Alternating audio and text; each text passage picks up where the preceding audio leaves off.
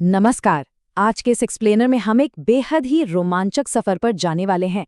सोचिए, एक ऐसी जगह जहां हमारी प्राचीन पौराणिक कथाएं और मॉडर्न मरीन आर्कियोलॉजी यानी समुद्री विज्ञान बिल्कुल आमने सामने आ जाएं। हम बात कर रहे हैं द्वारका की, एक ऐसा नाम जो हजारों सालों से सिर्फ हमारे पुराणों और कहानियों का हिस्सा माना जाता था। लेकिन क्या हो अगर मैं आपसे कहूं कि यह सिर्फ कोई कहानी नहीं बल्कि एक ठोस ऐतिहासिक और भौगोलिक सच्चाई है। तो चलिए इस रहस्य की गहराई में उतरते हैं। अब आपके मन में ये सवाल जरूर आ रहा होगा कि क्या सचमुच एक पूरी की पूरी पौराणिक नगरी अरब सागर की गहराइयों में मौजूद हो सकती है। देखिए, बहुत लंबे समय तक दुनिया भर के इतिहासकारों ने इसे महज एक मिथक या धार्मिक किस्सा ही माना था। जाहिर है, लोगों का सोचना था कि भाई कोई शहर जो सोने और चांदी से बना हो वो रातों रात समंदर में कैसे समा सकता है, कोई चांस ही नहीं है। लेकिन इतिहास के पन्नों में कुछ ऐसा दर्ज होने वाला था जिसने इस पूरी धारणा को जड़ से हिला कर रख दिया। चलिए समय में थोड़ा पीछे चलते हैं। साल था 1983। गुजरात के ओखा तट पर समंदर की लहरें तेज थी और भारतीय पुरातत्वविदों की एक टीम वहां मौजूद थी जिसका नेतृत्व कर रहे थे डॉक्टर एसआर राव।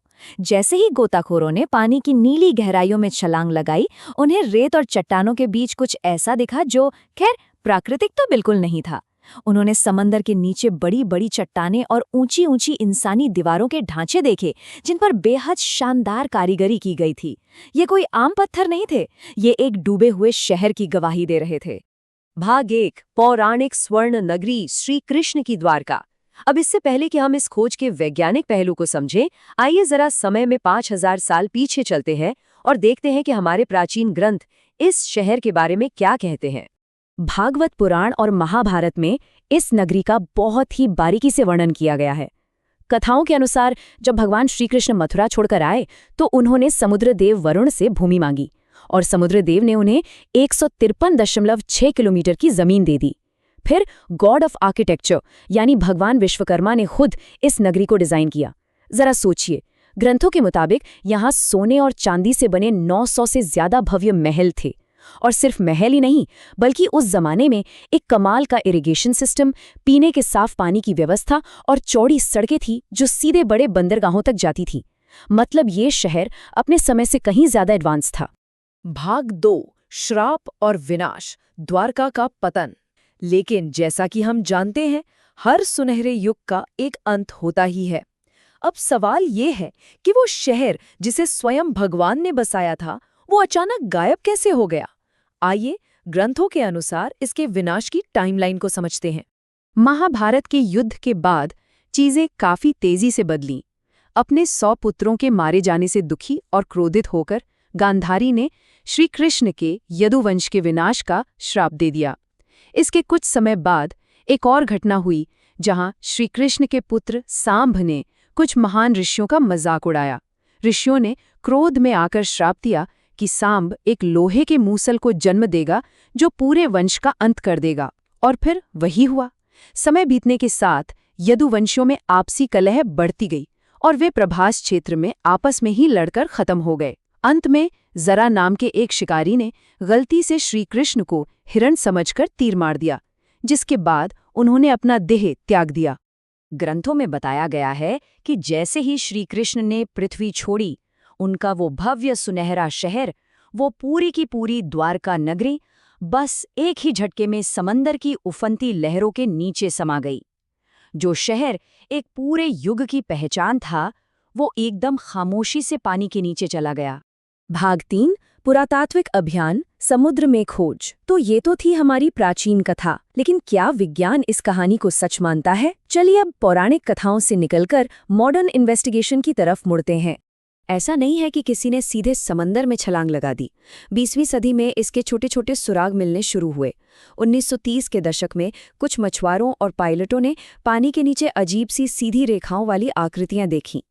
फिर 1963 में ASI यानी भारतीय पुरातत्व सर्वेक्षण ने बेट द्वारका के पास खुदाई की और वहां से प्राचीन बर्तन निकाले। इसके बाद 1970 के दशक में एक बहुत बड़ा सबूत हाथ लगा। राजा सिंदत का 6वीं शताब्दी का एक ताम्रपत्र मिला। इस कॉपर प्लेट में साफ साफ लिखा था कि यहाँ भगवान श्री कृष्ण निवास करते थे। बस इन्हीं कड़ियों ने वैज्ञानिकों को सोचने पर मजबूर कर दिया कि दाल में कुछ काला तो जरूर है। अब जरा इस नंबर पर गौर कीजिए, सिर्फ 800 रुपए। जी हाँ, ये वो मामूली सा बजट था जिससे डॉक्टर एसआर राव ने अपनी रिसर्च की शुरुआत की थी। उस समय भारत में मरीन आर्कियोलॉजी बिल्कुल नई चीज थी, ना तो कोई एडवांस टेक्नोलॉजी थी और ना ही कोई बड़ी फंडिंग।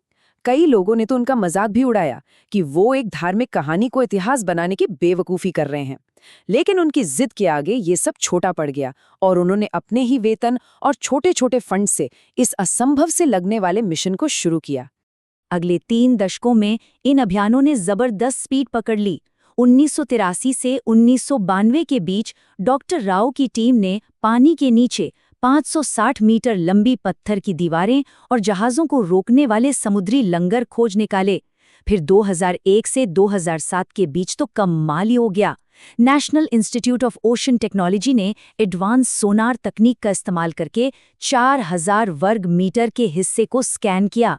उन्हें वहां टेराकोटा की मोहरें मिलीं। और आपको जानकर हैरानी होगी कि कार्बन डेटिंग से एक बर्तन तो 9000 साल पुराना निकला। इसके बाद 2007 से भारतीय नौसेना और एएसआई ने पंचकुई बीच के पास 2 नॉटिकल मील तक फैले मंदिरों की नींव और दीवारें ढूंढ निकालीं। अब यहाँ सबसे दिलचस्प बात देखिए। एक तरफ महाभारत के टेक्स्ट में द्वारका का वर्णन एक बहुत ही विशाल और बिजी बंदरगाह के रूप में किया गया है, जहाँ बड़े बड़े व्यापारिक जहाज आते जाते थे। और दूसरी तरफ हमारे पुरातत्वविदों को समंदर के नीचे से बिल्कुल वैसे ही भारी 3 छेद वाले पत्थर के लंगर और प्राचीन डॉकयार्ड्स के अवशेष मिले हैं। ये इस बात का बिल्कुल साफ और ठोस सबूत है कि जो बातें सदियों से कविताओं और श्लोकों में गाई जा रही थी, उनका एक बहुत ही मजबूत भौतिक आधार था।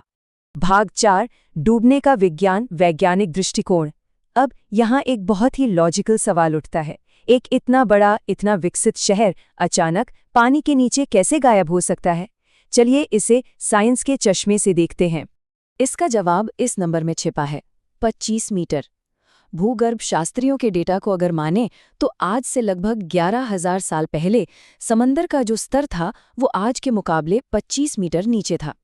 लेकिन 5000 ईसा पूर्व के आसपास इसमें अचानक से एक बहुत ही हिंसक और तेज उछाल आया। साइंस की भाषा में इसे सी लेवल राइज थ्योरी कहा जाता है।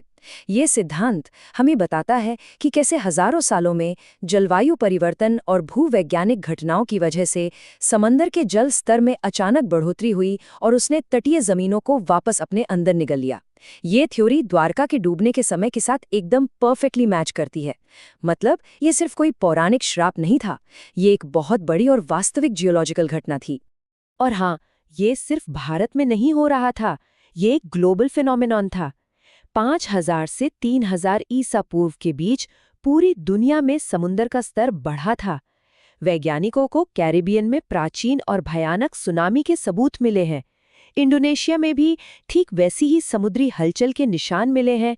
और सबसे दिलचस्प बात, दुनिया भर में आया ये बदलाव ठीक उसी समय हुआ जो हमारे ग्रंथों में द्वापर युग के खत्म होने और कली युग की शुरुआत का समय माना जाता है। सब कुछ आपस में जुड़ रहा है ना? भाग 5, खोई द्वारका की विरासत। हमने महाकाव्यों की बात की और हमने उसके पीछे की साइंस भी समझी। तो चलिए अब आज के समय में वापस आते हैं और देखते हैं कि इस पूरी खोज का हमारे लिए क्या मतलब है। फरवरी 2024 की वो घटना तो आपको याद ही होगी। भारत के प्रधानमंत्री ने खुद गुजरात के पंचकुई बीच पर स्कूबा डाइविंग की थी। वे सीधे समंदर की गहराइयों में गए, उन प्राचीन खंभों और मंदिरों की नींव के दर्शन किए और वहां मोरपंख अर्पित किया।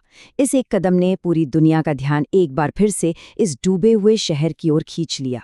आज की तारीख में ये जगह महज एक पुरातात्विक साइट नहीं रह गई है, ये करोड़ों लोगों की आस्था और भारत की प्राचीन विरासत का एक जीता जागता सबूत बन चुकी है। इस पूरे एक्सप्लेनर का सबसे बड़ा टेक अवे शायद डॉक्टर एसआर राव के इस एक कोट में छुपा है। उन्होंने कहा था, मैं महाकाव्यों को धार्मिक किताबें नहीं, ऐतिहासिक दस्तावेज मानता हूं। सोचिए, इस एक विचार ने दुनिया भर के इतिहासकारों का नजरिया ही बदल दिया।